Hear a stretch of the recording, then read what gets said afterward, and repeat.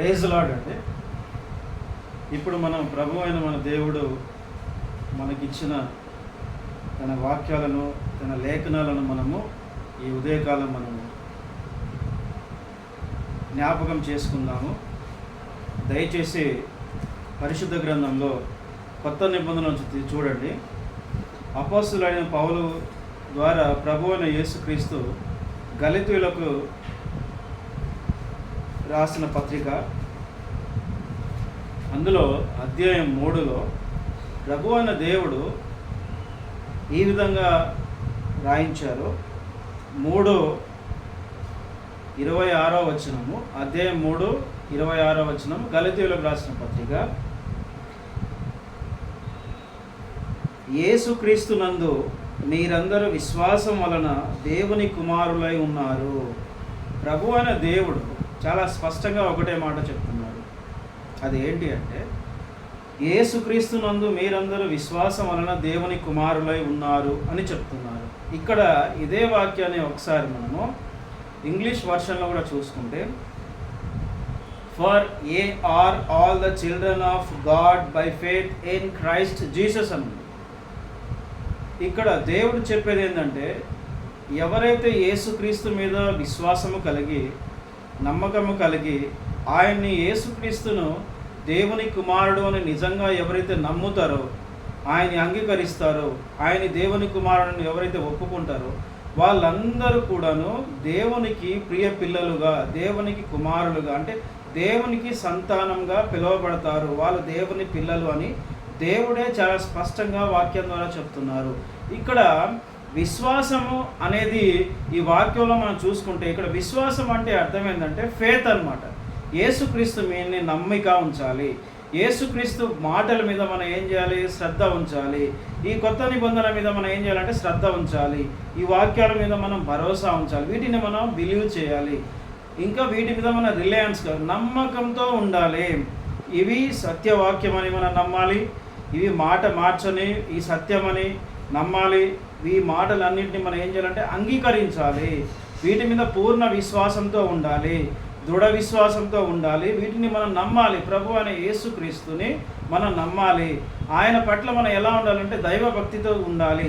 ఆయన కొత్త నిబంధనను, ఆయన మార్గములను, యేసుక్రీస్తు విధానము, యేసుక్రీస్తు వాక్యమును, యేసుక్రీస్తు బోధను, యేసుక్రీస్తు ప్రేమను, యేసుక్రీస్తు మన రక్షకుడని, ఆయన మన ప్రభు అని, ఆయన శక్తిమంతుడని, ఆయన దేవుని కుమారుడని మనం ఆయన మీద, ఆయన సంఘంలోకి వెళ్ళి, క్రీస్తు సంఘంలోకి చేరి మనం ఆయన మీద పూర్తి నమ్మకంతో, విశ్వాసంతో మనం జీవిస్తే, ఈ భూమి మీద ఉన్న ఏ మనుషునైనా సరే, అది పలానా దేశం అని కాదు, పలానా ఊరని కాదు, పలానా జాతి అని కాదు, పలానా భాష అని కాదు, పలానా కులం అని కానీ, పలాని మతం వలన, ఇలాంటి మాటలు ఏమీ లేకుండా ప్రభు అయిన యేసుక్రీస్తు మీద పూర్తి విశ్వాసంతో ఎవరైతే ఉంటారో వాళ్ళందరూ కూడాను దేవునికి పిల్లలుగా పిలువబడతారు. వాళ్ళు దేవుని సంతానం అవుతారు. ఇందులో మన పరిశుద్ధ గ్రంథం నుంచి ఒక మంచి ఉదాహరణ తీసుకొని చెప్తాను, దయచేసి చూడండి. మరి ఇదే మాటని ఎవరైనా పరిశుద్ధ గ్రంథంలో మరి యేసుక్రీస్తును దేవుని కుమారుడిగా ఎవరైనా నమ్మారా అని ఒకసారి చూసుకుంటే, మనం ఒకసారి మీరు చూడండి. మత్తయి సువార్తలో 16వ అధ్యాయంలో 16వ వచనంలో ఈ విధంగా రాయబడి ఉంది. పేతురు ఈ విధంగా మాట్లాడుతున్నారు. అందుకు సీమోను పేతురు, నీవు సజీవుడకు దేవుని కుమారుడు అయిన క్రీస్తు అని చెప్పాను. ఇక్కడ పేతురు ప్రభు అయిన యేసుక్రీస్తుతో తాను తన శిష్యుడిగా సహజీవనం చేసిన తర్వాత, యేసుక్రీస్తులో దేవునికి ఉన్న లక్షణాలు, నిజంగా యేసుక్రీస్తు దేవుని కుమారుడు అని, యేసుక్రీస్తు చేసే పనులు, యేసుక్రీస్తు చెప్పే మాటలు, ఆయన చేసే బోధ కావచ్చు, వీటన్నిటిని చాలా క్షుణ్ణంగా పరీక్షించిన తర్వాత పేతురు యేసుక్రీస్తును చూసి, నువ్వు నిజంగా దేవుని కుమారుడు అని, నువ్వు సజీవుడైన దేవుని క్రీస్తు అని ఆయన చెప్పడం జరిగింది. ఆ రోజు పేతురు ఏ విధంగా అయితే భూమి మీద యేసుక్రీస్తు ఉన్నప్పుడు యేసును దేవుని కుమారుడని ఏ విధంగా నమ్మారో, ఈరోజు మనం కూడాను పేతురులాగానే ప్రభు అయిన యేసుక్రీస్తును దేవుని కుమారుడు అని నమ్మితే, ఆ రోజు పేతురు ఏ విధంగా అయితే దేవునికి కుమారుడుగా, ఆయన సంతానంగా అయి మరణం తర్వాత ప్రభు దగ్గరికి ఏ విధంగా వెళ్ళారో, అలానే ఈరోజు మనం కూడా ఎవరైతే పేతురుని లాగే దేవుని కుమారుడు యేసుక్రీస్తు అని మీరు, నేను, మీ ఇంట్లో ఉన్నవారు, నా ఇంట్లో ఉన్నవారు, మీ చుట్టూ ఉన్నవారు, నా చుట్టూ ఉన్న అందరం కూడాను, మనమందరము యేసుక్రీస్తును దేవుని కుమారుడు అని నమ్మితే మనమందరం కూడాను దేవుని సంతానంగా, దేవుని ప్రియ పిల్లలుగా, దేవుని కుమారులుగా, దేవుని పిల్లలుగా మనము పిలువబడతాము. ఇక్కడ దేవునికి మనం పిల్లలుగా అనబడాలి అంటే ఇక్కడ ఒకటే దేవుడు కండిషన్ పెట్టాడు. అదేంటి అంటే యేసుక్రీస్తుని నమ్మాలి. యేసుక్రీస్తు మీద విశ్వాసం కలిగిన వాళ్ళందరూ దేవునికి పిల్లలుగా పిలువబడతారు. ఇప్పుడు మన నిత్య జీవనంలో నేను మీకు ఒక మంచి ఉదాహరణ చెప్తాను చూడండి. ఇప్పుడు కొంతమంది పిల్లలు, కొంతమంది పేరెంట్స్ ఏం చేస్తారంటే పలానా స్కూల్లో వాళ్ళకు అడ్మిషన్ తీసుకుంటారు, ఆ స్కూల్లో జాయిన్ చేపిస్తారు. ఎందుకు?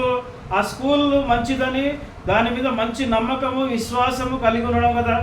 ఆ పిల్లలు వాళ్ళ స్కూల్లో చేరిన తర్వాత కొంతమంది ఆ పిల్లల్ని ఏమని పిలుస్తారంటే వీళ్ళు పలానా స్కూల్కి చెందిన వాళ్ళు, వీళ్ళు పలానా స్కూల్కు చెందిన వాళ్ళు అని చెప్తా ఉంటారు. అంటే ఈ పిల్లలు ఆ స్కూల్ పిల్లలు, ఈ పిల్లలు ఆ స్కూల్కి చెందిన వాళ్ళు, ఈ పిల్లలు ఆ స్కూల్ పిల్లలు అని చెప్తా ఉంటారు. ఎందుకు?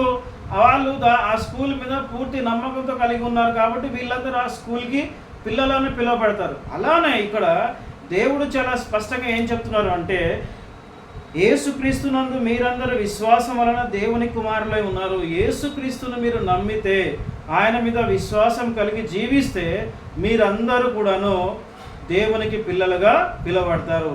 దేవుడు ఈ చిన్ని మాటలను ఆశీర్వదించి మిమ్మల్ని దేవుడు తన రాజ్యంలోకి వారసులుగాను పిల్లలుగాను చేయునుగాక. యేసుక్రీస్తు నామంలో ఆమెన్.